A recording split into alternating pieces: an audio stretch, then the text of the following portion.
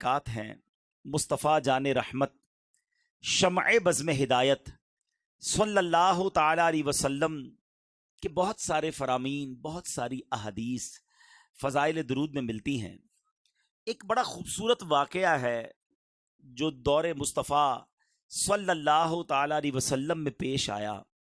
माजरा कुछ यूँ था कि मेरे आका मदीने वाले मुस्तफ़ा सल्लल्लाहु ताला अलैहि वसल्लम अपने सहाबा के साथ किसी सफ़र पर जा रहे थे।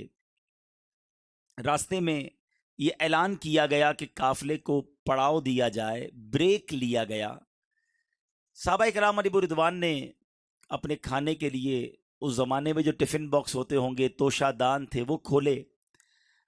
मगर हाल ये था कि सहाबा इकराम के पास रोटी थी मगर सालन नहीं था, सिर्फ रोटी खाने लगे। अब ज़रा सोचिए कि ये वो लोग हैं जो मेरे आका के साथी हैं और ये ग़ज़वे में शिरकत के लिए जा रहे थे, जान देने के लिए गोया जा रहे हैं, मगर हाल ये है कि सिर्फ रोटी है, सालन नहीं है। मगर ज़बान पर शिकवा नहीं था, शिकायत नहीं थी, कंप्लेन नहीं थी। आज हमारे इस इज्तिमा में भी हो सकता है कुछ इस्लामी भाई आए हों, रात से भी कुछ इस्लामी भाई आ गए, आराम नहीं हुआ होगा, खाना प्रॉपर नहीं मिला होगा, तो बाज़ औक़ात शिकवा होता है कि यार इंतज़ाम ठीक नहीं है, या हमारे घर के अंदर किसी दिन अपनी पसंद का खाना ना बने, या कारोबार में किसी किस्म की कमी आ जाए, तो हमारी ज़बान पर शिकवा आता है। मगर ये कैसे सहाबा थे कि नबी पाक के साथी हैं, खाने के लिए रोटी है, सालन नहीं, मगर ज़बान पर शिकवा नहीं है। ज़बां पर शिकवाए रंजो अलम लाया नहीं करते, ज़बां पर शिकवाए रंजो अलम लाया नहीं करते, नबी के नाम लेवा गम से घबराया नहीं करते। अब क्या हुआ? अब देखिए, जो सब्र करता है ना, उसकी मदद कैसे की जाती है। अब हुआ क्या कि प्यारे आका अलैहिस्सलाम की बारगाह में शहद की मक्खी हाजिर हुई और नबी पाक के मुबारक कानों के पास आकर भुनभुनाने लगी। आपने देखा होगा शहद की मक्खी की आवाज़ कुछ नॉर्मल मक्खी की आवाज़ से हटकर होती है। अच्छा, सहाबा किराम अलैहिम रिदवान का अकीदा देखो।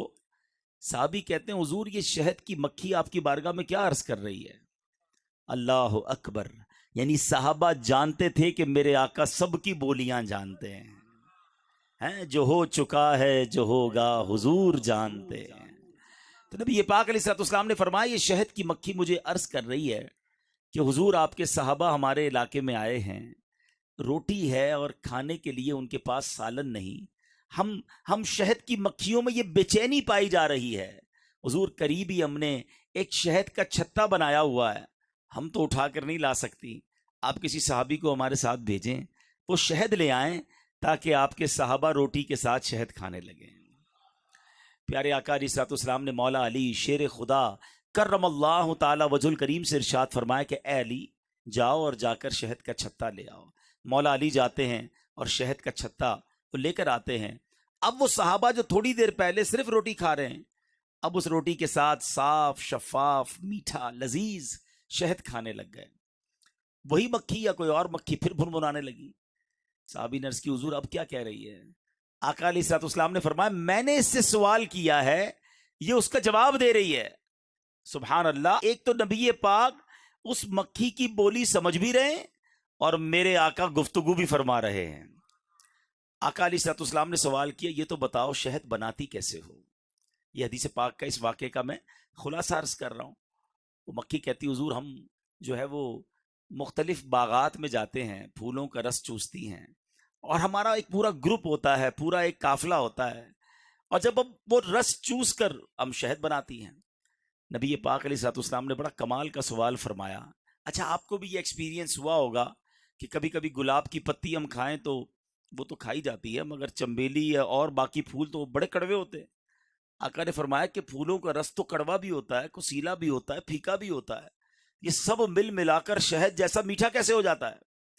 शहद की मक्खी अर्ज करती, हुजूर बात यह है कि जब हम फूलों का रस चूस लेती है ना, जब वापस छत्ते की तरफ ट्रेवल कर रही होती हैं, वापस आ रहे होते हैं, तो हमारा एक सरदार होता है, उस पूरे काफिले का एक लीडर होता है, और जो یہاں پر کسان موجود ہوں گے، کھیتی باڑی کرنے والے، یا جن کا شہد کے حوالے سے کچھ معلومات ہے، تو آج سائنس بھی بتاتی ہے کہ یہ پورا جو چھتا ہے اس کا پورا فلسفہ کوئین بی، ملکہ مکھی کے گرد گھومتا ہے۔ وہ ایک ملکہ مکھی ہوتی ہے جس کے آرڈر پر وہ ساری مکھیاں چلتی ہیں۔ آج سائنس نے پہچانا ہے، اس مکھی نے 1450 سال پہلے عرض کیا تھا، حضور ہمارا ایک قافلے کا امیر ہوتا ہے، جب ہم واپس آتے ہیں یا رسول اللہ وہ آپ پر درود پڑھنا شروع کر دیتا ہے، اور حضور اس کی دیکھا دیکھی جتنی مکھیاں ہیں سب آپ پر درود بھیجتی ہیں۔ یا رسول اللہ یہ کوئی اور کمال نہیں ہے، یہ آپ پر درود کی برکت ہے کہ پھولوں کا کڑوا پھیکا رس جو ہے وہ شہد جیسا میٹھا ہو جاتا ہے۔ شہد میں شفا بھی ہے نا، سارے حکیم کہتے ہیں کیوں نہ شفا ہو جو بنتا ہی نبی پاک کے درود کی برکت سے ہو، تو اس میں کیوں نہ برکت ہو۔ اب علماء کرام نے یہ واقعہ نقل کرنے کے بعد بڑی پیاری بات ارشاد فرمائی، کیا خوبصورت مدنی پھول ہمیں عطا فرمائے۔ علماء کہتے ہیں جب درود پاک کی برکت سے پھولوں کا کڑوا پھیکا رس شہد جیسا میٹھا ہو سکتا ہے، تو اگر کسی مسلمان کی زندگی میں گناہوں کی کڑواہٹ ہو، بد اعمالیوں کی پھیکاوٹ ہو، اگر وہ چاہتا ہے کہ زندگی نیکیوں کی مٹھاس سے تر بتر ہو جائے، تو اپنی زندگی میں درود پاک کو شامل کر لے، وہ درود پاک کی کثرت کرنا شروع کرے، اللہ اس کی زندگی کو بھی شہد جیسا میٹھا کر دے گا۔ تو اے میرے پیارے اسلامی بھائیوں، جو آج رکھنی کے سنتوں بھرے اجتماع میں آئے ہیں، آج یہ نیت کر کے جائیں کہ انشاءاللہ عز و جل ہم روزانہ کثرت کے ساتھ درود پاک پڑھیں گے۔ اللہ سلامت رکھے میرے پیر و مرشد کو، دعوت اسلامی والوں کو۔ کیا شاندار ہمیں طریقہ بتایا زندگی گزارنے کا، اور وہ کیا ہے کہ نیک اعمال میں ہمیں ایک نیک عمل بتایا گیا کہ روزانہ کم از کم 313 مرتبہ درود پاک پڑھ لیا جائے۔ گویا امیر اہل سنت چاہتے ہیں ہماری زندگی شہد جیسی میٹھی ہو جائے، نیکیوں والی ہو جائے، تو نیک اعمال پر عمل کی نیت بھی کر لیں، انشاءاللہ روزانہ کم از کم 313 بار درود پاک پڑھیں گے۔ آئیے مل کر محبت کے ساتھ با آواز بلند درود پاک پڑھ لیں۔ صلو علی الحبیب صلی اللہ تعالی علی محمد صلی اللہ علیہ وسلم۔